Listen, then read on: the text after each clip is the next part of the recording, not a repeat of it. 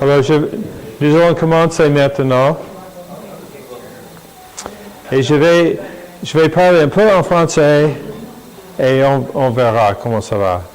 OK? Tout d'abord, je veux expliquer ce que nous allons faire cet après-midi. Parce que je vais parler un peu au sujet du modèle universel. Et après, je vais parler un peu de la géographie du livre de Mormon. Parce que hier soir, nous avons parlé au sujet de l'histoire de l'Église et puis la géographie du livre de Mormon et un tout petit peu au sujet de le modèle universel. Aujourd'hui, nous avons reversé tout ça. Et on a commencé avec le modèle universel. Et puis, on va parler un peu de la géographie et peut-être de l'histoire de l'Église. Ça dépend du temps. OK. So, pour moi, je vais parler au sujet du... Il faut que les électroniques marchent. Come on. Voilà. The weather model, on dit. Now, je n'ai pas traduit toutes ces fiches. Quelques-uns j'ai traduit, quelques-uns je n'ai pas traduit. Mais j'ai aussi mis quelques de mes blogs ici, si vous voulez les regarder. Lettre7.com, MoronitemAmerica.com et bookofmormonwars.blogspot.com. Et j'ai écrit beaucoup sur les blogs, plus que dans les livres, presque. Et c'est là où je continue à expliquer des choses et répondre aux questions et tout ça. Hier soir, j'ai parlé un peu au sujet de la science et les écritures et comment ils travaillent ensemble. Et j'ai dit que la thèse qu'on apprend à l'Église, par exemple, c'est que les Écritures et les révélations sont les explications pour le monde naturel. Et dans le monde, ceux qui ne croient pas en Dieu, principalement, disent que le sens et les sciences sont les seules explications pour le monde naturel. Mais ce que nous avons fait avec le modèle universel, c'est de mettre les Écritures et les sciences ensemble comme une explication pour le monde naturel. Et il y a un an ou deux, je me suis rendu à Kentucky. Et là, on a construit l'arc de Noé. Je ne sais pas si vous avez vu ça, mais ça doit être la vraie dimension et tout ça pour l'arc de Noé. Et je suis entré là-dedans parce que cela m'intéresse pour voir ce que les chrétiens pensent au sujet de la science. Et je vais vous montrer quelques fiches. Ça c'est le jour 1, le jour 2, le jour 3, les jours de la création, par exemple. Et puis ils ont dit que Dieu a créé le monde parfait. Et c'était les hommes qui l'ont cassé. Mais ils montrent les dinosaures avec les hommes. Et puis ils montrent la rébellion de l'homme qui quoi? La rébellion de l'homme dans le jardin d'Éden. Oui, c'est ça. Et je ne vais pas expliquer tout ça, mais je voulais que vous pouvez voir comme les autres en pensent. Ça, c'est Dieu rendit Adam et Ève du jardin d'Éden et toutes ces destructions et la guerre et tout ça. Mais il explique aussi le déluge. Et c'est ça comme il l'explique. Ils ont des présentations qui comparent l'histoire biblique contre l'histoire de la science. Et les modèles différents pour les deux pensées. Ici, est-ce que tu peux traduire ça pour moi? Si je peux vous convaincre que Le Le déluge. déluge n'était pas réel, alors je peux vous convaincre que le ciel et l'enfer ne sont pas réels. Oui, c'est ça, très bien. Et c'est vrai pour nous aussi. Ils ont montré des explications de l'âge du monde, de la Terre, comme les fossiles sont formés très rapidement et comment la Terre a été construite pendant le déluge. Mais en bas ici, on montre que les montagnes sont fabriquées avec le magma. C'est magma le mot? Magma, OK. Et Rod nous a expliqué que ce n'est pas juste. OK. Et puis, voici un autre exemple. Il montre le magma ici qui ne marche pas vraiment. Et Rod a déjà expliqué pourquoi ça ne marche pas, mais je vais expliquer comment ça marche avec le temps, le weather, le temps. C'est ça qu'on dit, n'est-ce pas? Le temps, OK. Je vais passer par ça. Donc, on est arrivé ici avec le modèle universel. Je vais passer celle-ci très vite. J'ai mis ces fiches ici parce que on demande pourquoi c'est moi qui explique tout ça. Parce que je suis avocat, n'est-ce pas? Pas la science. Mais, enfin, je suis professeur de la science environnementale, c'est le mot? OK. Pendant plus que 10 ans. Et j'ai beaucoup étudié toutes ces choses. Je suis allé en Antarctique, à l'Amazon, partout dans le monde pour étudier ces choses. Ici, c'est une photo de moi et mon petit frère. Et ça, c'est pour montrer que même quand j'étais jeune, je connaissais la science parce que je savais que si l'ours était plus loin que moi et mon frère était entre moi et l'ours, je n'aurais pas besoin d'avoir de la peur, n'est-ce pas? Ce n'est pas très bien dit. Mais la science sait que l'ours va prendre mon frère d'abord. D'accord. C'est bête, je sais. OK. Et Yosemite et d'autres parts du monde que nous avons visitées et étudiées, dans les forêts, dans l'Afrique du Sud. J'ai pris cette photo. Nous sommes allés dans l'eau avec les... Oui, OK. Comment dit-on? Requins? Des grands blancs requins? Requins blancs. Ils sont dangereux. Et ça, c'est dans l'Amazon. Mais une chose que j'ai appris ici, c'est que notre perception de l'univers est limitée par notre capacité de l'apprendre et d'avoir de la perception. Et quand j'étudie le temps et le changement de climat, est-ce qu'on dit? Les changements climatiques. Changement climatique. C'est une chose qu'on parle souvent dans le nouveau, n'est-ce pas? Et les gens ont peur que les hommes vont changer le climat. Mais le réchauffement du monde. OK. Mais quand on étudie l'histoire de la science, on voit que dans le temps, on a pensé que le monde serait plus froid. Et quand j'étais étudiant, c'est tout ce qu'on nous a dit. Le monde va être plus froid. Et maintenant, on dit qu'il va être plus chaud.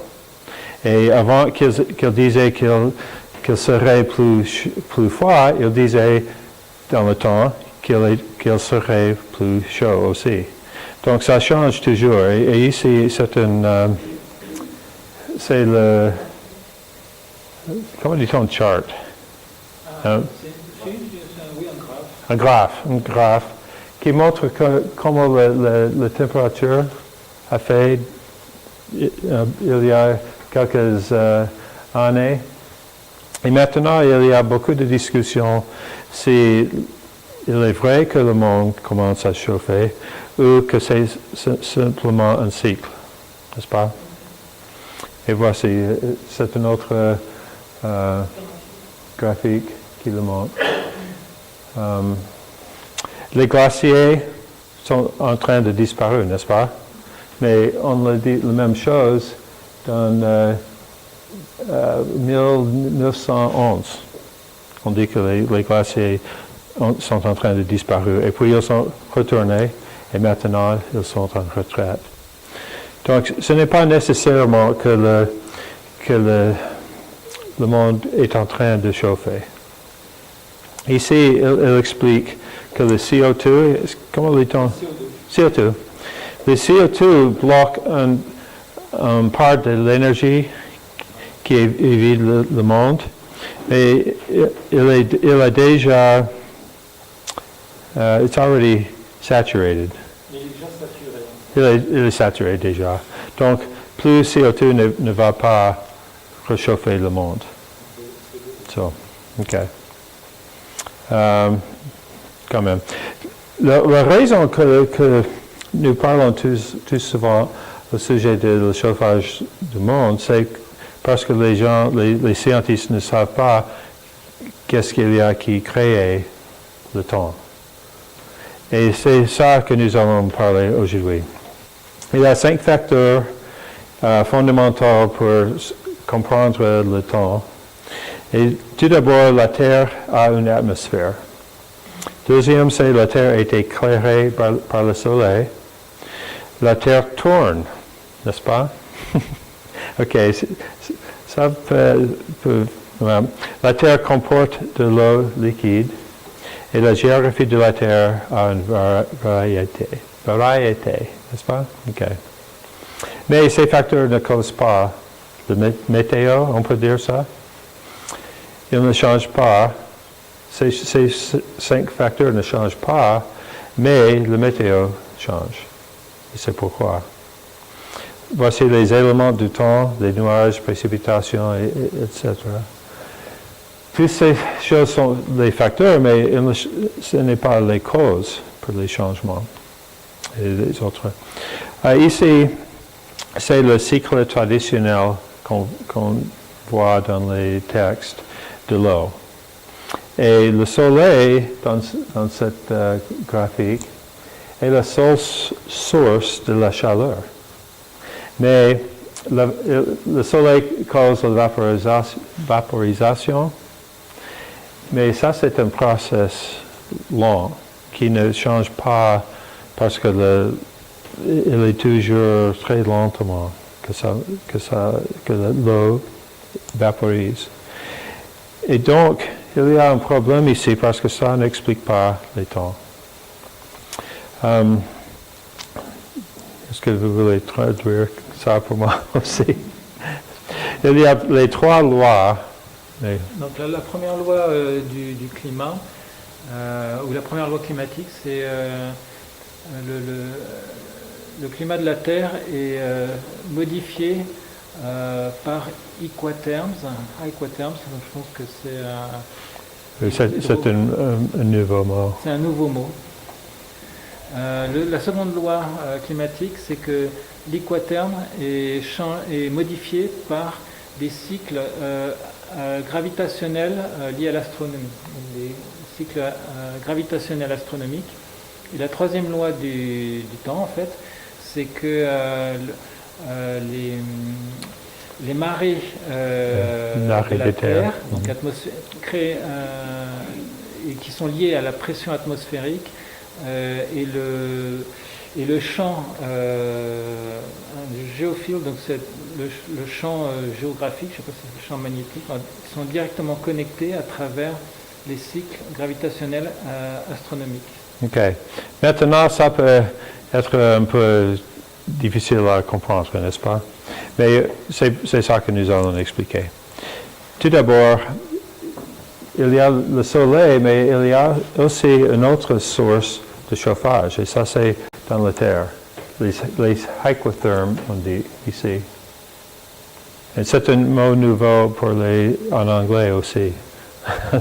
C'est pour ça qu'il est difficile à traduire. Mais le hycothermal procès créait les comment dit-on, storm? Les tempêtes, OK. Les tempêtes. Et ça pousse l'endo-évaporation. C'est un autre mot nouveau. Mais ça fait je vais vous montrer ici. Le UM, le modèle universel, je devrais dire le MU, propose que l'activité sismique soit à l'origine des conditions climatiques de la Terre. C'est le point juste ici. Il y a une saison de tremblement de terre liée à la Terre. Et le chauffage par tremblement de terre, c'est le modèle qui fait le chauffage. L'eau souterraine abondante, Rod a parlé à ça plus tôt aujourd'hui. Et le champ d'énergie terrestre, maintenant on pense que c'est un, comment dit-on, le field, le magnetic field? Le champ magnétique. Le champ magnétique. Champ magnétique. Mais ce n'est pas magnétique, et c'est ça que je vais montrer. C'est ça que nous appelons le geofield. Okay. Le marais de terre que vous avez traduit, je vais vous montrer comment ça marche. Et Rod en a parlé un peu, c'est le...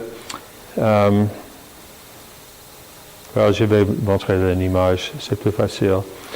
Quand la Lune est dans un endroit et autour du monde, de la Terre, il fait que la Terre, comment dit, expande. Une expansion. Et j'ai une animation ici. Tout le monde pense que c'est la Terre qui va autour du Soleil, mais ce n'est pas vraiment seulement la Terre, c'est la Terre et la Lune ensemble qui le fait. Et ici, je vais vous montrer une animation de ça. Vous voyez comment ça marche? C'est la Terre et la Lune ensemble. Le centre de gravité est là. Et c'est ça qui orbite le Soleil. Vous voyez, c'est comme ça. Et à cause de cela, les forces sur la Terre changent tout le temps. Et il crée la pression qui fait les tremblements de terre. Et j'ai demandé à Google une fois combien de séismes est-ce qu'il y a dans une année? Est-ce que quelqu'un a une idée ici? Non? Non idée? Personne? Une dizaine? OK. Google a dit plusieurs millions de tremblements de terre chaque jour, chaque année. Et en principe, la plupart sont pas assez forts pour nous les sentir, n'est-ce pas? Mais ils sont plusieurs millions. Et ce sont ces tremblements de terre qui créent le chauffage dans la terre. Okay. Google aussi a dit que ce sont les magnitudes ici et le nombre de tremblements de terre chaque jour, chaque année. Et en bas de 2, il y a plusieurs encore. OK. Je crois que Rod a expliqué tout ça, n'est-ce pas? Il a dit que la terre intérieure, c'est de l'eau, n'est-ce pas? Ceux qui étaient là ce matin se souviennent de ça, j'espère. OK. Mais c'est ici que ce graphique explique comment le chauffage dans la terre crée le temps. D'accord? Ça, j'ai traduit en français, donc C'est mieux. Mais quand l'eau est chauffée ici, quand il y a un tremblement de terre, et il y a des millions de tremblements de terre dans une année, ça fait chaud l'eau qui est ici, et parce que quand l'eau est chauffée, elle expande. Comment? Son volume augmente. Son augmente. volume. Vous pouvez faire la présentation. J'aimerais bien. Mais vous pouvez le lire. Mais ce qui se passe, la vapeur va comme ça et elle escape de la terre. Elle échappe de la terre. Et ça a créé, vous pouvez le lire aussi, mais il crée des pressures eau qui est une des causes du temps. C'est la vapeur d'eau qui s'échappe en fait dans la Oui. pression atmosphérique. Oui, c'est ça. Oui. Modifie le climat. Oui, c'est la source. C'est ça qui cause les quelques genres de neige, nuages, pas neige, nuages. Et c'est ça qu'on s'appelle le hyquotherme. C'est ça la source de ce mot, parce qu'il y a un élément de hydro, de quake, tremblement de terre et de chauffage. OK? Je n'ai pas traduit ça, mais... OK, ici, est-ce que vous voulez le traduire ou est-ce qu'il est nécessaire? Donc, Probablement. Hyquotherme, donc la réunion de hydro, quake, c'est les tremblements, le terme, et thermique, donc tout ce qui est la chaleur. Donc un tremblement de terre, donc l'eau qui a été chauffée par tremblement de terre, ce système-là, dans la croûte, c'est ce système qui génère la pression, enfin un système de pression dans l'atmosphère et qui modifie le temps. Un système hyquothermique prend place dans la zone où l'air, en fait, de la partie supérieure de la croûte qui contient des quantités significatives d'eau et qui expérimente un nombre de tremblements de terre. Le processus de l'équathermie produit un gaz qui monte dans l'atmosphère et modifie le temps ou le climat. Dans la partie supérieure de la croûte continentale, cette vapeur d'eau qui a été chauffée par les tremblements de terre produit des hautes et des basses pressions, des événements de haute et basse pression qui influent sur le cycle climatique. Dans la croûte océanique, l'eau océanique qui est chauffée par tremblement de terre affecte les patterns, donc c'est le modèle, oui, le maillage, on peut dire, le maillage climatique et, global et des orages ou des tempêtes comme El Nino ou La Nina. Très bien fait. Il y a un autre qui suit. Et l'endovaporisation, c'est la vaporisation rapide et le relâchement de substances liquides mais subcrystales, alors donc d'eau liquide avec des subcrystals dans l'atmosphère. So what is subcrystal? C'est pour ça qu'il est difficile à traduire. Oui. Quand bien même l'évaporation, la transpiration et l'endovaporisation affectent directement le cycle de l'eau, seulement l'endovaporisation a la capacité à changer une partie significative,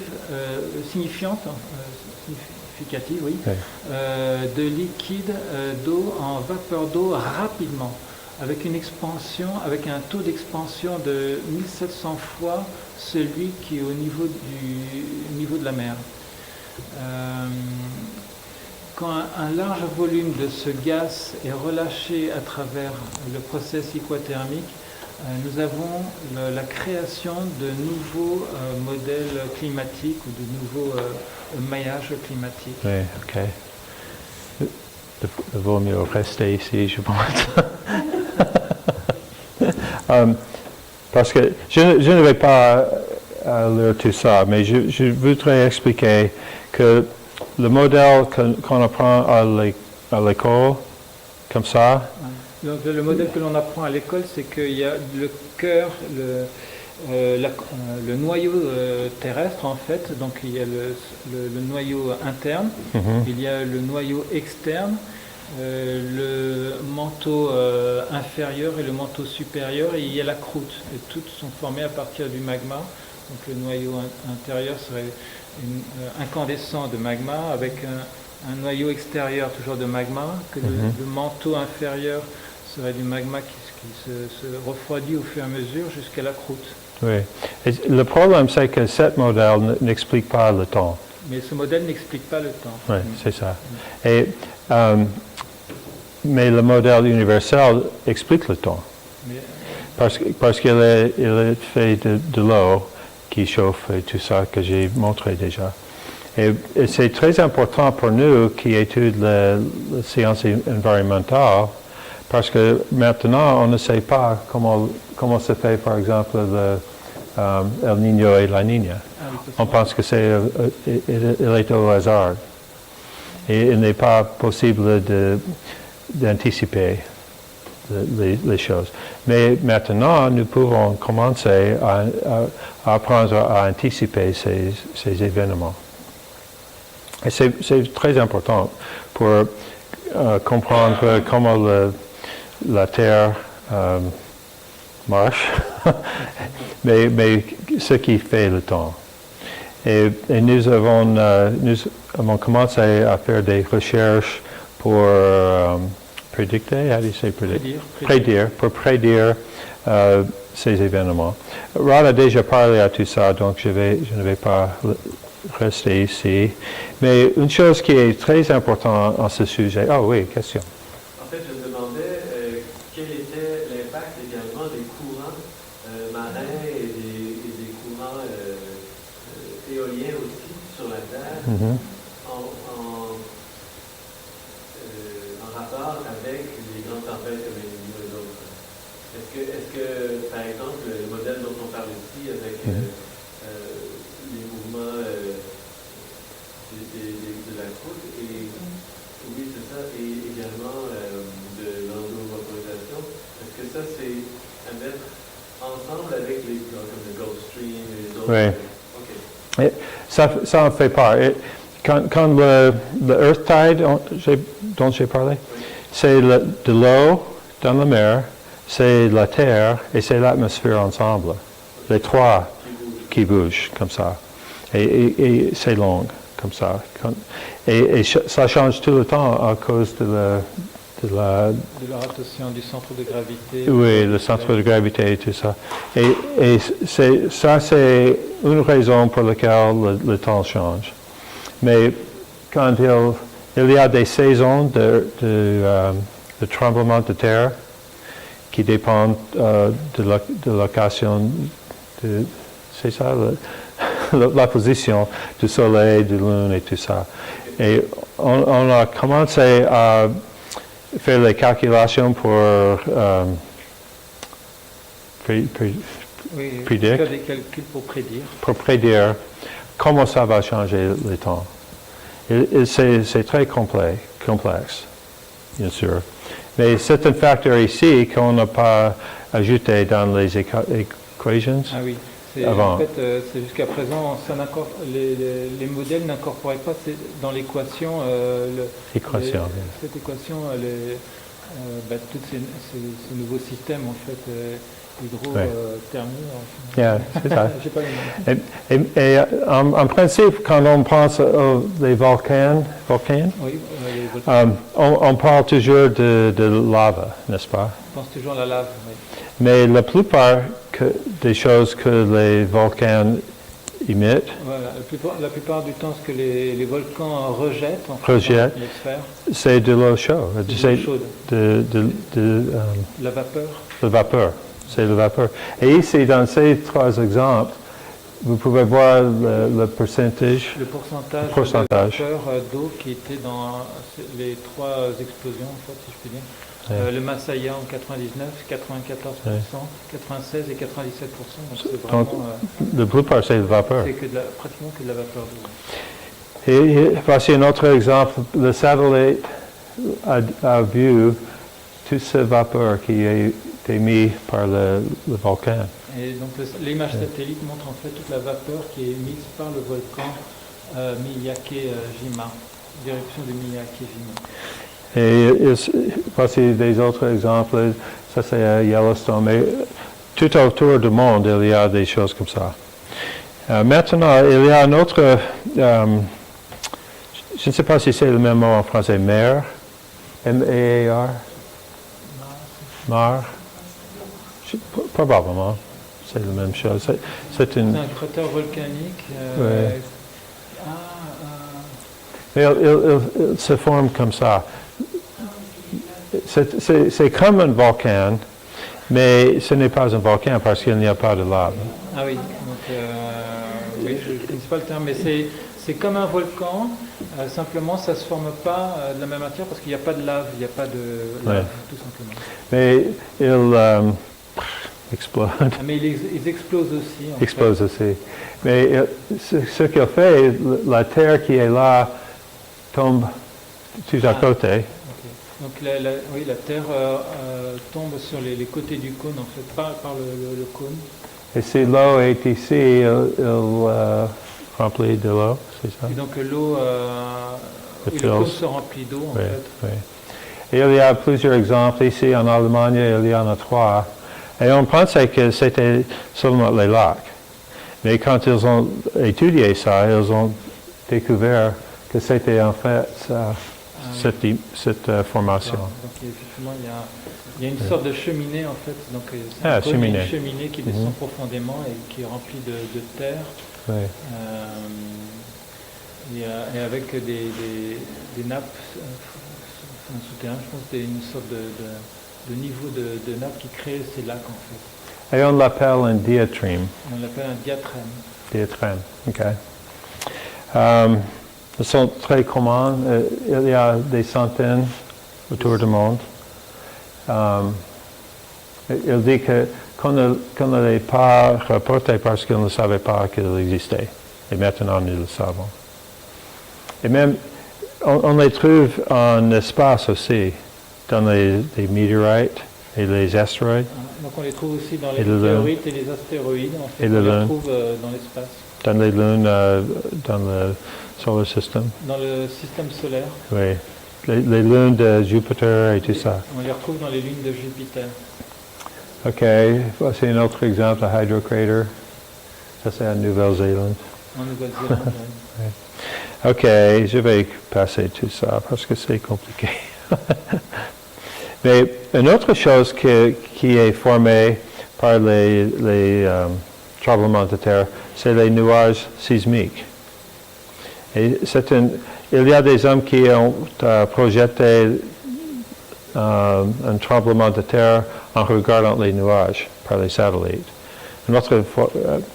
Je veux dire que les nuages s'apparaissent avant que le tremblement de terre se passe. Oui. Mhm. Ah, donc il y a des nuages qui apparaissent juste avant le tremblement de terre sur la zone où va se produire le tremblement de terre. Mhm. Et c'est une observation faite par satellite en fait. Oui, ce sont des exemples qui sont dans le livre. Donc, D'accord. Donc dans le livre, vous pourrez retrouver les photos satellites et les exemples. OK, je vais passer ça parce que c'est tout en anglais. Donc, on retrouve les cirrus les cumulus et les stratos. Mais même dans le désert, ces nuages se forment vitement. Oui, et les cumulus se forment très rapidement, en quelques minutes en fait. Et c'est parce que de l'eau chauffée qui monte. Et donc c'est l'eau chaude en fait qui remonte dans une atmosphère et qui se refroidit, et donc les gouttes et les particules se condensent et forment immédiatement le nuage. Okay. Now we'll talk a little bit about the piezo field, right? Okay. Okay. On va parler du champ magnétique et le champ piezo. Ça c'est le magnetic field, on apprend à l'école, n'est-ce pas? Alors ça c'est le champ magnétique appris à l'école. Et Rod a parlé un peu au sujet de piezoélectrique. Mais peut-être nous pouvons l'expliquer encore Oui, donc, très vitement. Très rapidement. Donc, si vous prenez du quartz et vous le compressez, la compression du quartz va générer de l'électricité. Et si vous le décompressez, il va générer également de l'électricité. Et donc, on peut récupérer cette électricité en branchant tout simplement un câble. Et au Japon, ils ont créé une source d'électricité en mettant le quartz. Et donc au Japon, ils ont déjà industrialisé le processus en faisant des tapis sur lesquels ils ont incorporé du quartz à l'intérieur. Et lorsque les gens appuient, marchent dessus, ils passent dessus, ils compressent le quartz et génèrent de l'électricité. Okay. C'est une map, une carte. Une carte des champs, des géochamps en fait. Ça explique que le géofield est plus fort au-dessus de la Terre, pas de l'océan. Donc les géochamps sont beaucoup plus puissants au-dessus des parties terrestres qu'au-dessus des océans. Right. The earth field doesn't come from a magnet, but from the piezoelectric. Donc en fait, le champ magnétique terrestre ne vient pas d'un champ magnétique, mais en fait d'un champ piezo, c'est-à-dire de cette propriété de compression et de décompression en fait, qui génère de l'électricité. Okay. Vous pouvez traduire ça. Donc la connexion entre des tremblements de terre de grande importance et les phénomènes électromagnétiques dans le sol et dans la ionosphère commence à être extrêmement solide. Okay, now this one's a little complicated, but this shows that in Russia, when they would fill a dam, or when they would release the water, it would affect the geofield. Donc en fait, en Russie, ils sont aperçus que quand ils remplissaient d'eau un réservoir, de très grands réservoirs, et quand ils le vidaient, il y avait un impact sur le champ, le géochamp. Ah, oui. Oh, it's not translating this. Yeah, okay. Yeah, they don't need to hear the English. Okay. Yeah, put this one on too. The scientific stuff, I'm not going to try to translate anymore.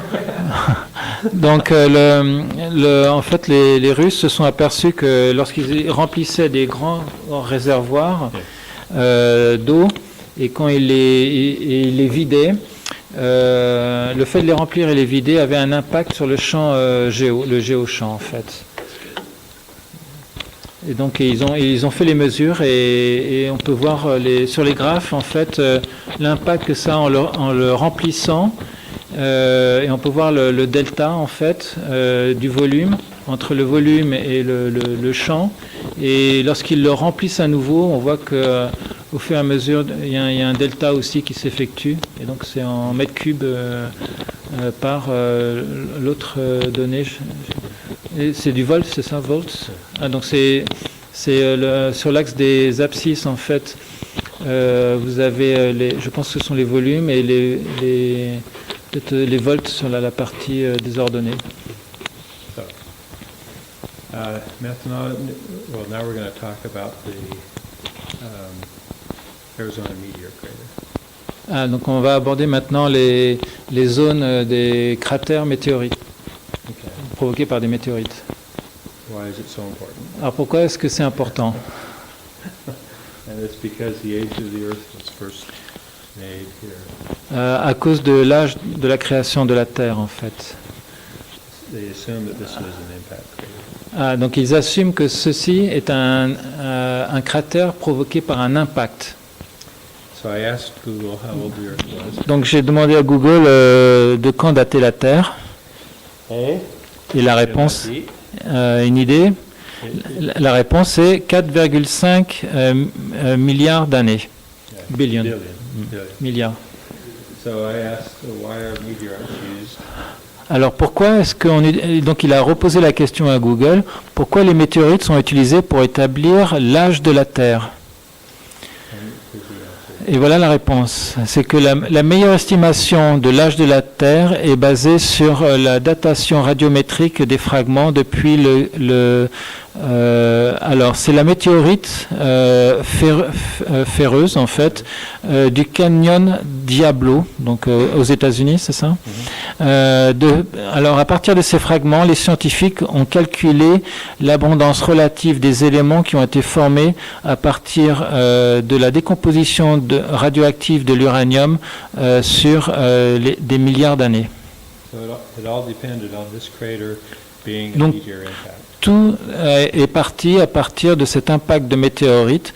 L'âge de la Terre a été calculé à partir de l'impact de et de ce cratère en fait et de l'impact de la météorite. But it turns out it's actually one of these. Mais en réalité, ce n'est pas un impact de météorite, ce cratère. En fait, ce cratère, c'est juste un Mars, donc avec un diatrème. And here's how big it is. These are pictures from it. Et donc voilà les photos en fait. It's about a mile across. Et donc c'est effectivement très grand, c'est à peu près un mile, donc 1,7 km. This is the largest piece of the meteorite that they say was. Donc voilà la photo de ce qu'ils estiment être le plus gros morceau du fragment de la météorite, But it didn't really come from space. mais ça ne venait pas de l'espace. C'est ça. Let's see. Everything depends on this crater for northern geology. Was it proven that it's not from space? Ah, alors ils en sont, et ça a été prouvé scientifiquement que ce fragment de météorite ne provenait pas de l'espace. C'est donc prouvé. Et donc tout est basé, pourtant, le calcul de l'âge de la Terre est pourtant basé sur le calcul de cet impact de météorite. Yeah. But who thinks it is? Most people still think it is. Et si vous demandez à la population si c'est ce cratère est issu d'un impact de météorite, tout le monde le croit encore. This is all the evidence. We don't need to read all this. But Donc ça, voilà la liste de toutes les preuves maintenant accumulées contre cette théorie de l'impact du cratère en Arizona. yeah. I'm going to show some diagrams too. Donc il va montrer quelques diagrammes pour expliquer. First of all, when there is an actual meteorite, it creates glass when it hits the Earth because it heats it. Ok. Heats the sand. Donc normalement, quand une météorite impacte la Terre, la chaleur qui est produite provoque la formation de verre au moment de la collision. And there's none here. Et là, il n'y en a pas. Another example is when they do atomic explosions, it creates glass. Et donc une autre preuve scientifique, une autre évidence scientifique montre que lorsqu'on crée une explosion atomique dans les déserts, on retrouve ce verre qui est fondu à l'intérieur de cratères, des cratères en fait. This just shows also most meteorites are vaporized when they hit the atmosphere. Et donc la plupart du temps d'ailleurs, les météorites, quand elles impactent la Terre, elles sont évaporées. Elles s'évaporent à l'impact. And real meteorites look like this. Et voilà donc une photo à quoi ressemble une vraie météorite. Donc on voit avant et ensuite on voit après. Donc effectivement, si vous faites fondre ce fragment de météorite, au moment du refroidissement, vous voyez qu'il y a une transformation de la matière en fait. It's melted on the sides. Yeah. It's melted in what? Just on the sides. Yeah, but what's it's still rock, or is it? Yeah, it's rock, but it's melted like. Donc c'est toujours de la roche, mais de la roche fondue. And none of this material was found. Et rien de tout cela n'a été trouvé dans le cratère. So here's the reasons why it's a hydrocrater. Alors voilà les raisons, la liste des raisons pour laquelle c'est un hydrocratère. The big one is it's a diatreme. La première raison, c'est que c'est un diatrème. Ça, c'est ce qu'on appelle le smoking gun. C'est vraiment l'arme sur laquelle personne ne peut plus discuter. Lorsqu'on sort ça, il y a plus personne en face. Et c'est tout simplement un diatrème. This is important at the bottom because when they explored it, they found water underneath it. Ah, et aussi l'autre chose intéressante, c'est que quand ils ont commencé à explorer le fond, ils sont aperçus qu'ils ont retrouvé de l'eau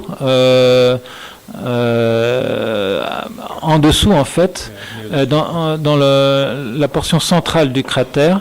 Et cette partie d'eau remplit en fait maintenant la portion plus basse. And this is the fault lines that are in the crater where they meet in the middle. Ah oui, donc l'eau qui était en surface est descendue plus profond maintenant, dans les parties basses. Fault lines still falls from crust. There's seismic fault lines that go through the crater and Ah. meet right in the middle.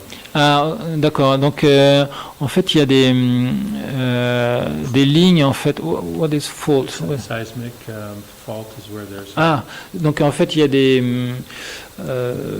des lignes sismiques en fait qui sont vraiment perpendiculaires et qui se rejoignent parfaitement au centre du cratère.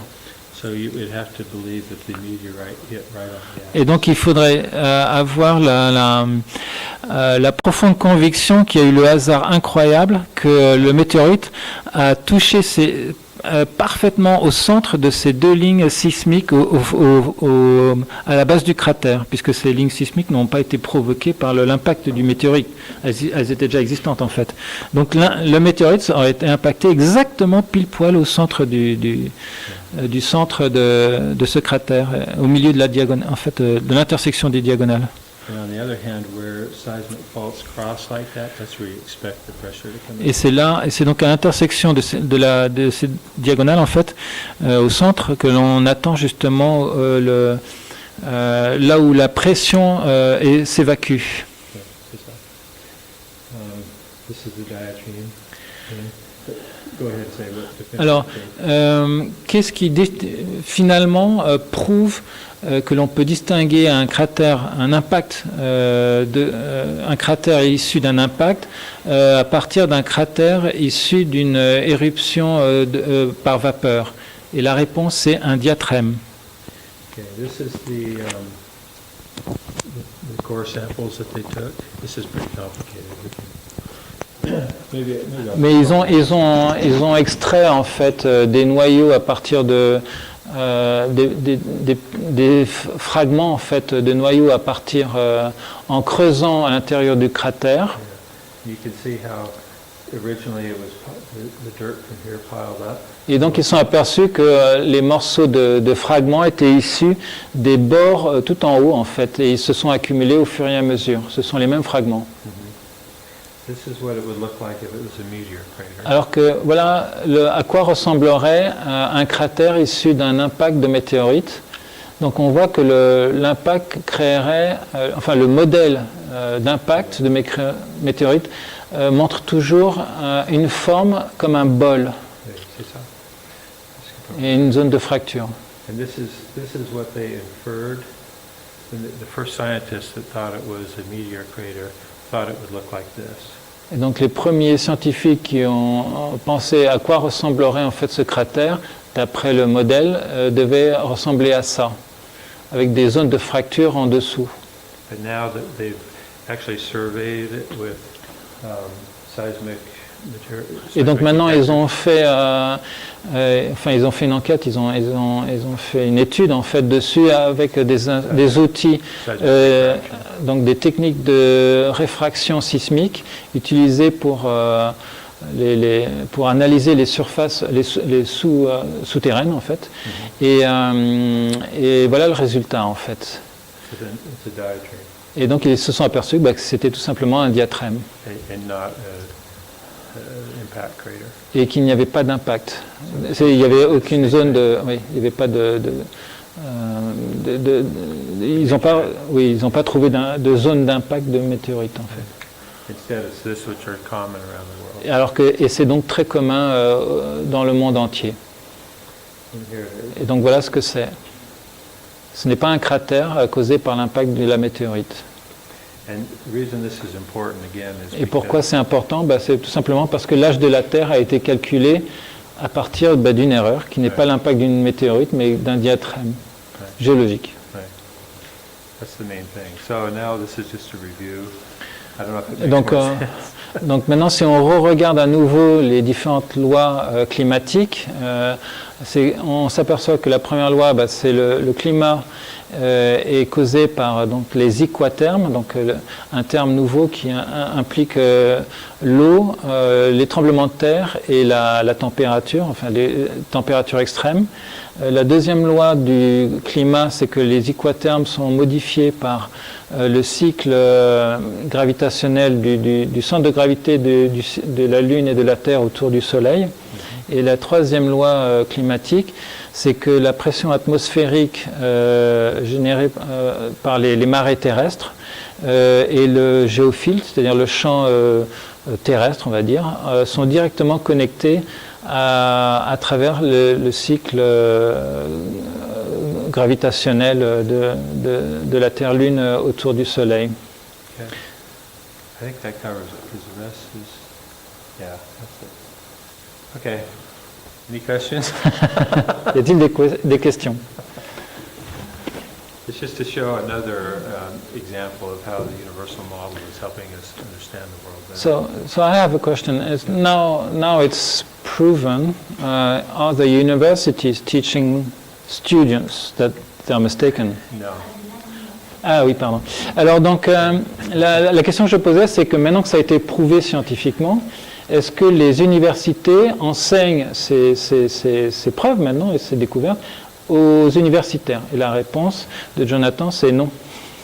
They still teach us a meteorite crater. Ils enseignent toujours que c'est un cratère de météorite. I visited there last year, and Et je les ai visités l'année dernière. as a commercial venture, it's very important that it's a meteorite. Ah, parce qu'en fait, c'est important pour une raison commerciale que ça reste un cratère issu d'un impact de météorite. Yeah. Mais c'est pour une raison commerciale. Donc on ne l'enseigne toujours pas à l'université une vérité scientifique. Yeah, but they know better. Mais ils le savent très bien, c'est ça le pire. On dit que la destruction des dinosaures est due donc à l'impact de météorites. Ah oui. Ouais. Est-ce qu'au vu de cette découverte, ça pourrait être vérifié parce que est-ce que c'est pas non plus l'impact que l'on trouve dans le golfe du Mexique qui serait la cause de la destruction de ces animaux? Est-ce que ce ne serait pas la même chose que ça? So, Yeah, c'est question. possible, je ne sais pas. C'est un Good. impact différent. C'est un impact. Alors donc l'impact dans le golfe du Mexique, ils expliquent, serait un impact différent en tout cas. I don't know if Mais you understand. personne n'a étudié pour savoir si c'est un impact ou Mais si c'est mais c'est possible aussi que ça soit Yeah, autre that's chose. a good point. C'est un bon point. Mais en tout cas, c'est vrai que ce ne serait pas cet impact-là qui aurait causé la disparition des dinosaures sur la surface des États-Unis en tout cas. Pas celui-là, pas celui en Arizona. Yeah.